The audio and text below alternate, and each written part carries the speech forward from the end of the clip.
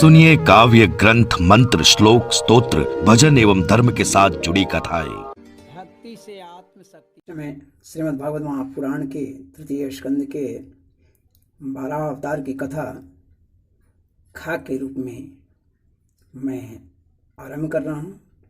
साथ ही भगवान कृष्ण की आरती भी और भजन जो समझे वो भी मैं दे रहा हूँ। श्री बांके बिहारी तेरी आरती गाऊं, श्री बांके बिहारी तेरी आरती गाऊं, हे गिरिधर तेरी आरती गाऊं, आरती गाऊं प्यारे तुझको रिझाऊं, आरती गाऊं प्यारे तुझको रिझाऊं, श्याम सुंदर तेरी आरती गाऊं, मोर मुकुट प्रभु शीस पे सोए, प्यारी बंसी मेरे मन को मोहे, मोर मुकुट प्रभु शीस पे सोए, प्यारी बंसी मेरे मन को मोहे, देखी छवि बलिहारी मैं जाऊं, देखी छवि बलिहारी मैं जाऊं, श्री बांके बिहारी तेरी आरती गाऊं, चरणों से निकली गंगा प्यारी, चरणों से निकली गंगा प्यारी, जिसने सारी दुनिया तारी, जिसने सारी दुनिया तारी, उन चरणों के दर्शन पाऊं, उन चरणों के दर्शन पाऊं, श्री बांके बिहारी तेरी आरती गाऊं, श्री बांके बिहारी तेरी आरती गाऊं,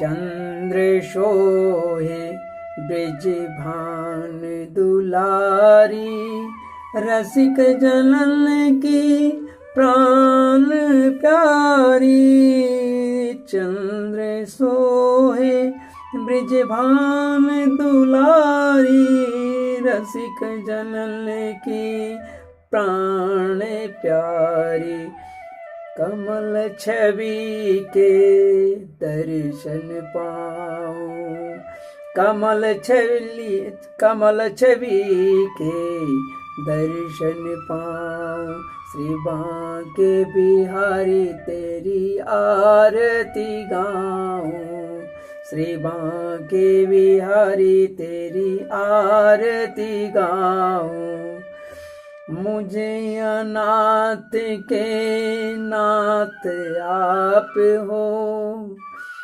जीवन धन मेरे प्राण आप हो, मुझे अनाथ के नाथ आप हो, जीवन धन मेरे प्राण आप हो, हरि चरणों में शीस झुकाऊं, हरि चरणों में शीस झुकाऊं,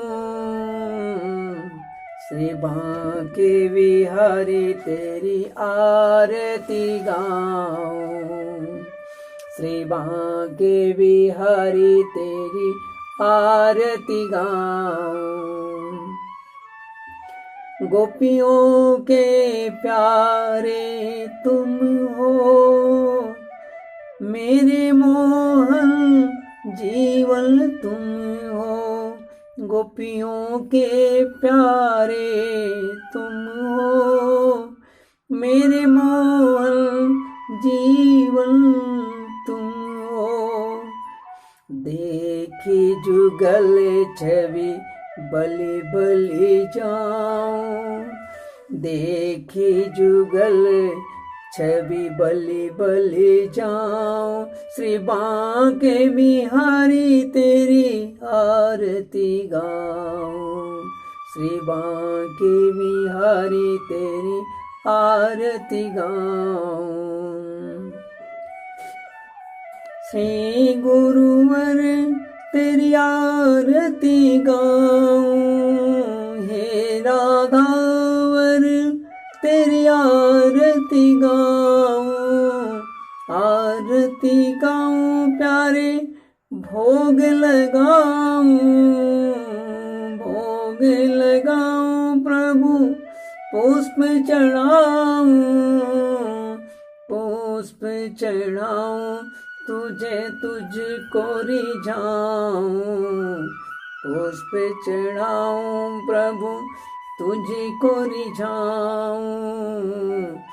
बाल कृष्ण तेरी आरती गाऊं, आरती गाऊं प्रभु आरती गाऊं। श्री बांके बिहारी तेरी आरती गाऊं, श्री बांके बिहारी तेरी आरती गाऊं। श्याम सुंदर तेरी आरती गाऊं, श्री गुरुवर तेरी आरती गाऊं। बाकी कथाओं को संस्कृत से आरंभ करता हूँ।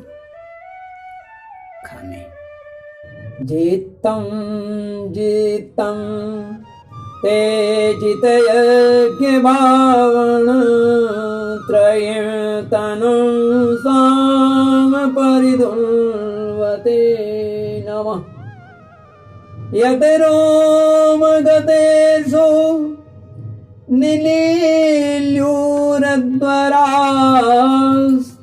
तस्मै नमः कारण सुकरायते। रूपं तवेतन्ननु दुष्कृतात्मनां दुर्दर्शनं देव यदध्वरात्मकम्। छन्दांसि यस्य त्वचि वरहिरोमस् वाज्यं दृशे त्वं गृषु चातुर्योत्रम्।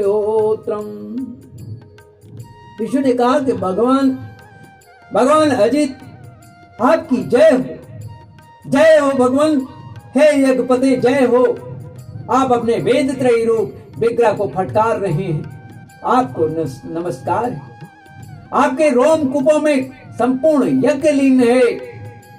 आपने पृथ्वी का उद्धार करने के लिए ही यह सुख रूप धारण किया है। हे भगवान आपको नमस्कार। देव दुराचारियों को आपके इस शरीर का दर्शन होना अत्यंत कठिन है, क्योंकि यह यज्ञ रूप है।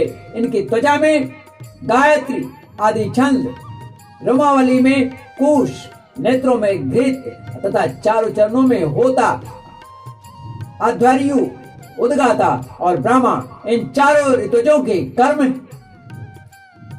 हे ईश, हे भगवान आपकी थूतनी यानी मुख के अग्रभाग में श्रुक है, नासिका छिद्रों में श्रुवा है, उदर में ईड़ा मतलब यज्ञ भक्षण पात्र जो है, कानों में चमश है, मुख में प्रासित्र यानी ब्रह्म भाग पात्र जो कहलाता है, और कंठ छिद्र में ग्रह यानी सोम पात्र है। भगवान आपका जो चबाना है वही अग्निहोत्र है। बार बार अवतार लेना यज्ञ स्वरूप आपकी दीक्षणीय इष्टि है। गर्दन उपसद अर्थात तीन इष्टियां हैं। दोनों डाढ़े प्रायणीय यानी दीक्षा के बाद की इष्टि, और उदयनीय यानी यज्ञ समाप्ति की इष्टि। जीवा प्रवर्गीय क्या? प्रत्येक उपसद के पूर्व किया जाने वाला महावीर नामक कर्म जो। सिर सभ्य यानी होम रहित अग्नि, और अवसत्य अर्थात औपासनाग्नि तथा प्राण चित्ती जो है वह इष्ट का चयन है। हे देव आपका वीर्य सोम है। आसन बैठना प्रातः सवनादि 3 सवन है। सातों धातु अग्निष्टोम अत्यग्निष्टोम उक्त षोडशी वाजपेय अतिरात और आप्तोर्याम नाम की 7 संस्थाएं हैं तथा शरीर की संधियां यानी जोड़ जो है संपूर्ण 17 हैं। इस प्रकार आज संपूर्ण यज्ञ यानी सोम रहित याग और क्रतु यानी सोम रहित याग, सोम सहित याग और सोम रहित याग दो तरह। तो क्रतु यानी सोम सहित याग रूप हैं। यज्ञानुष्ठान रूप इंद्रियां आपके अंगों को मिलाए रखने वाली मांसपेशियां हैं। समस्त मंत्र, देवता, यज्ञ, द्रव और कर्म आपके ही स्वरूप हैं। आपको बारंबार नमस्कार है। वैराग्य, भक्ति और मन की एकाग्रता से जिसका ज्ञान का अनुभव होता है वह आपका स्वरूप ही है तथा आप ही सबके विद्या गुरु हैं। आपको पुनः प्रणाम।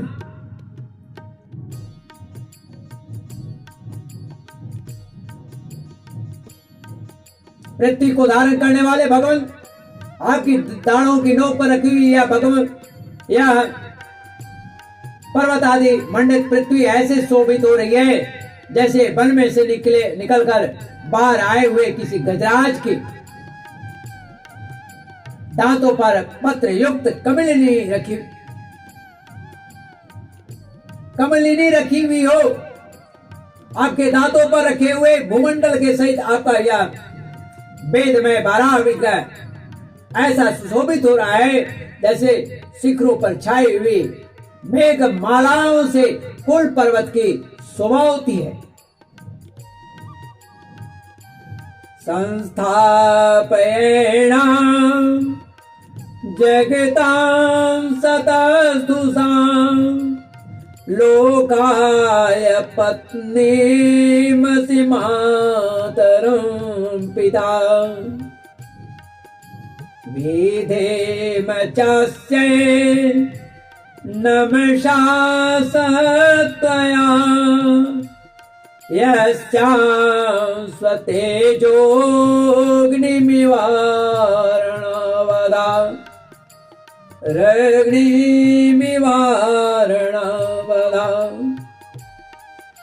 का श्रद्दगीतान्यतमस्तव प्रभो रसांगताया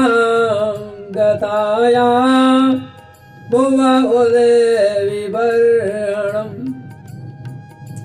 न वेश्मयोषो त्वयि विश्वविस्मये यो माययेदं ससृजेति विस्मयम्। प्रभु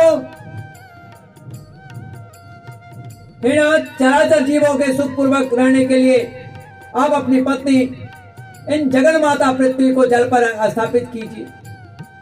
आप जगत के पिता हैं और अग्नि में अग्नि स्थान के समान आपने इसमें धारण शक्ति रूप अपना तेज स्थापित किया है।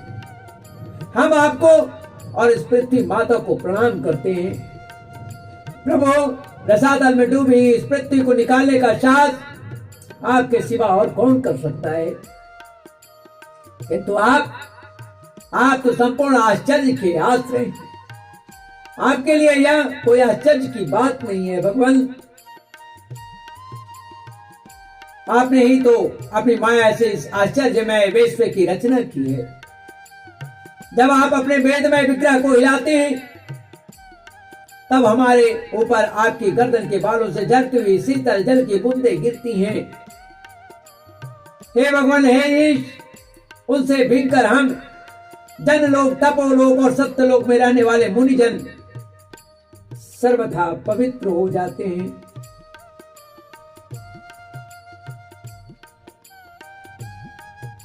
सर्वथा पवित्र हो जाते हैं।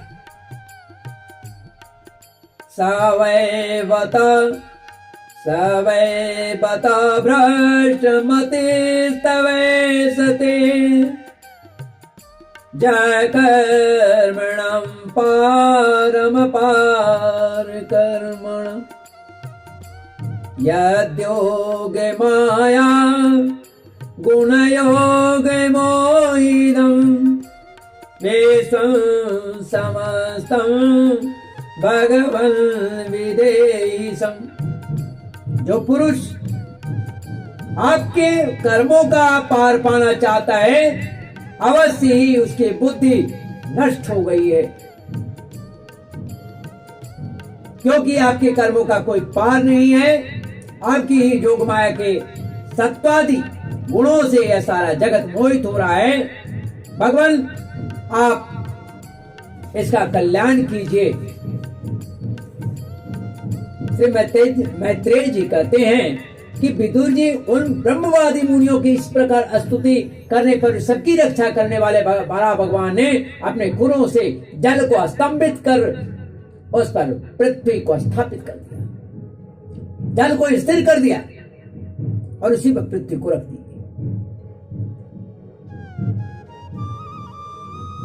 इस प्रकार रसातल से लीला पूर्वक लाए हुए पृथ्वी को जल पर रखकर वे विश्वक्सेन प्रजापति भगवान श्री हरि अंतर्ध्यान हो गए।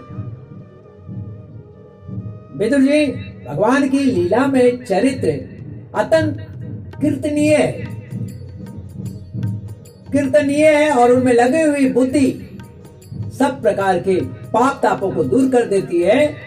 जो पुरुष उनकी इस मंगलमयी मंजुल कथा को भक्ति भाव से सुनता या सुनाता है उसके प्रति भक्त वत्सल भगवान जो है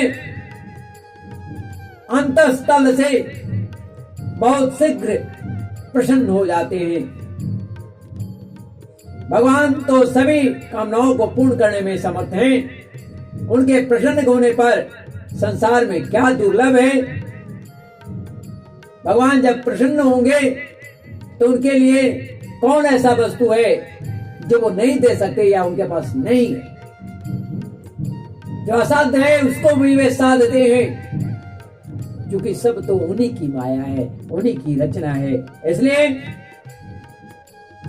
कार्य करते हुए भी भगवान का स्मरण न छोड़े, उसी का कल्याण होता है। उतना ही अपने लिए रखे जितना में कार्य हो संपन्न हो जाए, बाकी भगवान को अर्पण कर दे। उसकी रक्षक स्वयं नारायण कर दे।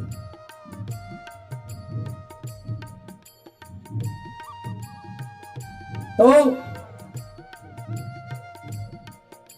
भगवान खुद ही सभी कामनाओं को पूर्ण करने वाले हैं। उनके प्रसन्न होने पर कोई भी संसार की ऐसी वस्तु नहीं है जो दुर्लभ होता है। उनके लिए दुर्लभ नहीं है। वो दुर्लभ से दुर्लभ वस्तु भी अपने भक्तों को प्रदान कर देते हैं, किंतु उन तुच्छ कामनाओं की आवश्यकता ही क्या है जो भगवान से दूर कर दे। ऐसी कामना क्यों करी जो भोग जाने के बाद लुप्त होने पर दुख देता हो, पीड़ा देता हो, प्रकट होने पर आनंद देता हो, जो नष्ट होने वाला है वह दुख देता है, आने पर प्रसन्नता होती है। फिर हम जो कभी नष्ट हो ही नहीं, जो जिसका कभी पतन हो ही नहीं, हम उसके प्रति क्यों ना आसक्ति रखें, उससे क्यों ना प्रेम करें। कन्हैया कन्हैया पुकारा करेंगे, लताओं में ब्रज की गुजारा करेंगे, कहीं तो मिलेंगे वो बाके बिहारी, उन्हीं से चरण चित लगाया करेंगे। इस भाव से होकर के समर्पित हो जाएं, बाकी तो प्रभु जाने। देता है तो ठीक, नहीं देता है तो ठीक, मारता है तो ठीक, जिलाता है तो भी ठीक, खिलाता है तो भी ठीक, और अगर भूखे रखता है तो भी ठीक, सब उसकी। तो इस प्रकार संसार में कोई भी चीज उसके लिए दुर्लभ नहीं होता जो भगवान का भक्त है, किंतु उन तुच्छ कामनाओं की आवश्यकता है भी नहीं, क्योंकि सब नष्ट हो जाएगा। जो लोग उनका अनन्य भाव से भजन करते हैं, उन्हें तो वे अंतर्यामी परमात्मा स्वयं अपना परम पद तक दे देते हैं। कहते हैं कि अरे संसार में पशुओं को छोड़कर अपने पुरुषार्थ का सारा जानने वाला ऐसा कौन सा पुरुष होगा। केवल पशु ही इस बात का नहीं जान पाते, लेकिन बाकी अर्थात मनुष्य को इस बात का आभास और ज्ञान है। इसलिए कहा गए हैं कि अपने पुरुषार्थ के सार को जानने वाला, आप में क्या पुरुषार्थ है, क्या कर सकते हैं, उसको जानने वाला ऐसा कौन पुरुष होगा जो आवागमन से छुड़ा देने वाली भगवान की प्राचीन कथाओं में से किसी भी अमृतमय कथा का अपने कर्णपुटों से, कान से, जो अमृतमय कथा है भगवान का एक एक, वे अपने कान से एक बार, कान रूपी मुख से एक बार पीना नहीं चाहता, वह तो महामूर्ख है, पाप के वंशीभूत है, इसीलिए उन कथाओं को सुनना नहीं चाहेगा, अन्यथा ऐसा संभव नहीं। थोड़ी बहुत दो चार लाइन जरूर सुनेगा, शायद ही वैसा। तो अमृतमयी कथा का अपने कर्णपुटों से एक बार पान करके फिर उसकी ओर से मन हटा लेगा, ऐसा संभव नहीं है। जो सुन लिया है उसे रस मिलेगा ही। इस तरह से श्रीमद् भागवत महापुराण के प्रथम खंड के तृतीय स्कंद के